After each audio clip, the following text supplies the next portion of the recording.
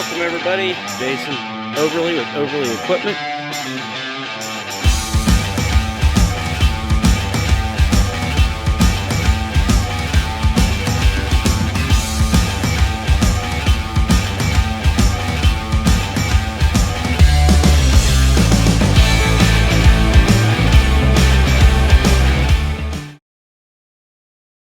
Everybody, welcome to the channel. It's Jason Overly with Overly Equipment. And as you can see, we got our 145 put together with a snowblower on it.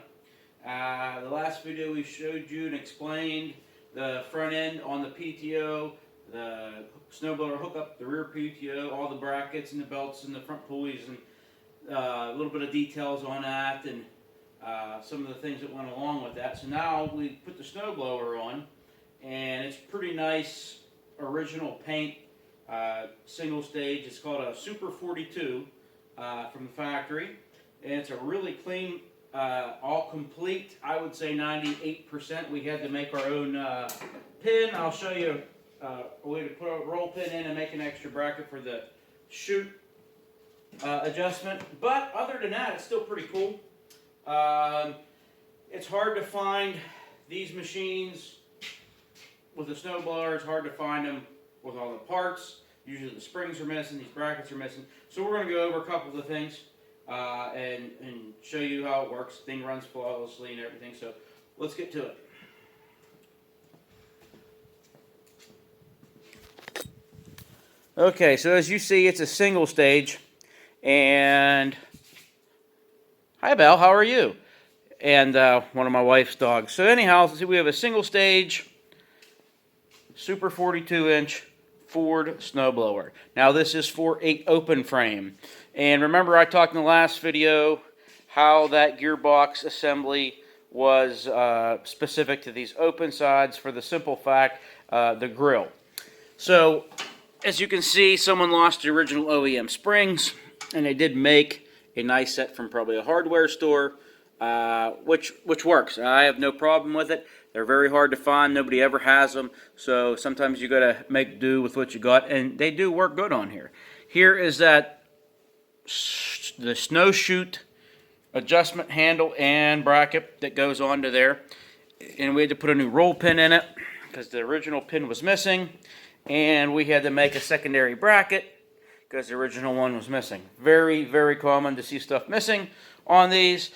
It's a pretty neat setup to have as much as we do, to be honest with you, and then in original shape. Usually I find the all white ones, which would be a two-stage, but it would usually be for the closed-sided.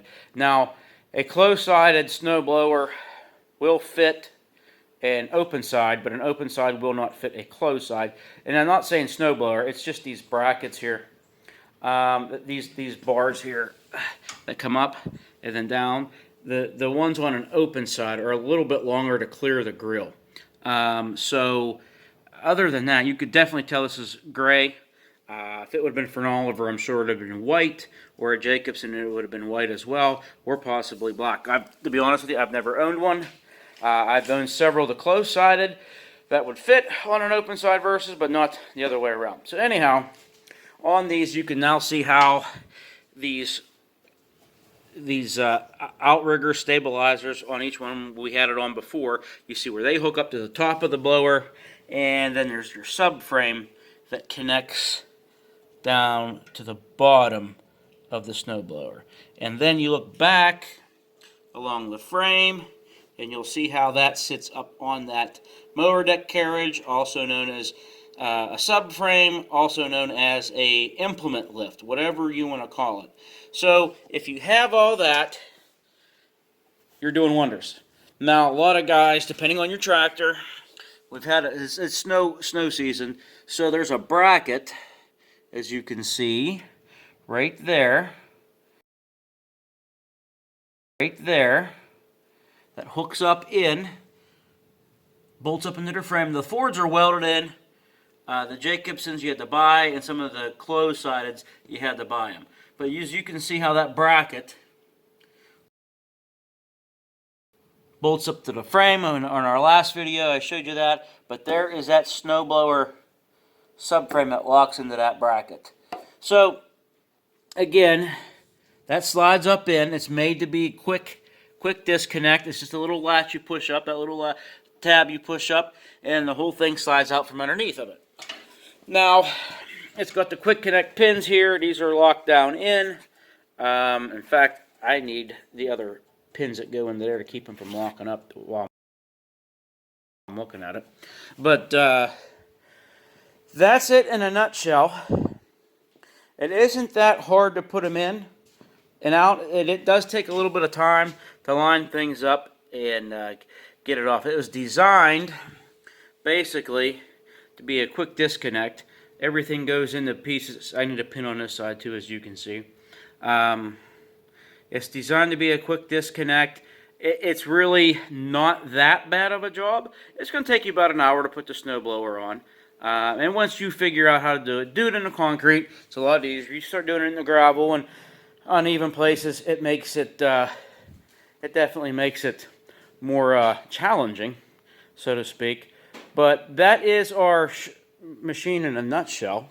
As you can see, you turn, then your chute turns. This thing's always missing or bent or damaged, so it's pretty cool to have one fully functional. Really neat. So we should be able to be ready to blow some snow here if we get some. Now that I have it all set up, we won't get anything, but I'm okay with that too. I have no problem not even using it this winter. The older I get, the less I like snow. So I'll start this thing up and I'll show you how everything works. Now, these things are a chain drive, so they are loud, so to speak, but you'll see.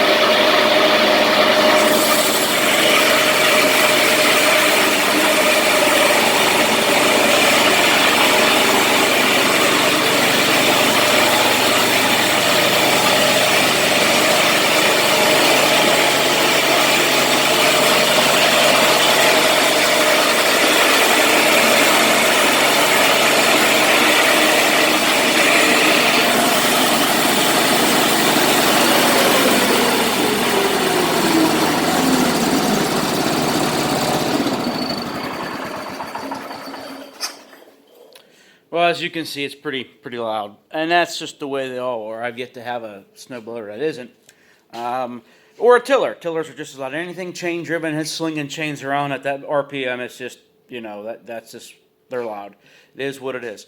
So, hope you're enjoying these videos. I know this is just a quick one. I wanted to get a little bit more in depth with putting a snowplow off with these blowers off and on, but it's a real time-consuming process to constantly stop and do these videos with these units. I lacked the time to do this. I'm just trying to get the stuff out there. So if there's any questions or comments, I also, where is my, here. This is the open gear and wire rope oil I use. And I'm sure you can get this at any supplier who sells lubricants and what have you. I get mine from Napa. Granger has stuff. McMaster Car has stuff. Any place would have it. You can just Google it. We use it. It's a good lubricant. Sticks on the chains well for this. Basically, it's a simple setup. It really ain't too much, but I do get a lot of questions on how it's supposed to go on and set up. So I hope this video helps you guys. as far as break it down, I may do a later video, another video later on when it comes off, how to take it off and do a reverse to put it back on. So I hope you're liking these. Subscribe if you do. Hit the like button, all that good stuff. I do actually have a manual for this, I do believe. I'll have to check. I have a bunch of manuals,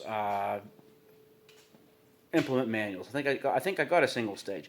I'm not sure if it's for an open side specific, because they made different manuals. Some manuals overlapped others, and they just changed the front cover. So I'll have to look and see this, and if anybody needs any help or wants to purchase a manual or whatever, hit me up on the email on the old interweb there, and I can try to help you out the best I can.